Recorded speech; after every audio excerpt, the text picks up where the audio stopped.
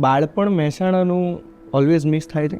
Obviously એ વાતો ક્યાંક અમદાવાદમાં જોવા મળી. એકચ્યુઅલી એ સમય જ બદલાઈ ગયો.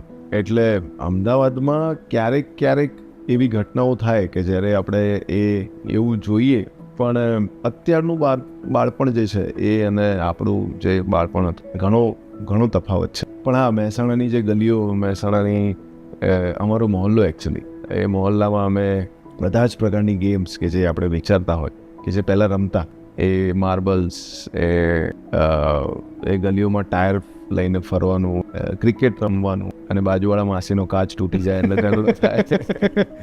તો એ બધું બહુ મિસ થાય. અને ગલી ક્રિકેટના જે તમારા મિત્રો, એ મિત્રો અત્યારે તમને કનેક્ટમાં છે? યસ. હું જ્યારે પણ મહેસાણા જાઉં એટલે પ્રયત્ન કરું કે મેક્સિમમ મારા મિત્રોને મળી શકું. મારા જૂના મિત્રો જે બહુ જ ખાસ છે મારા, જે એ ગલીઓમાં અમે રમતા, ચેતન, પ્રશાંત, તો અમે બધા આજે પણ એટલા જ કનેક્ટેડ છીએ.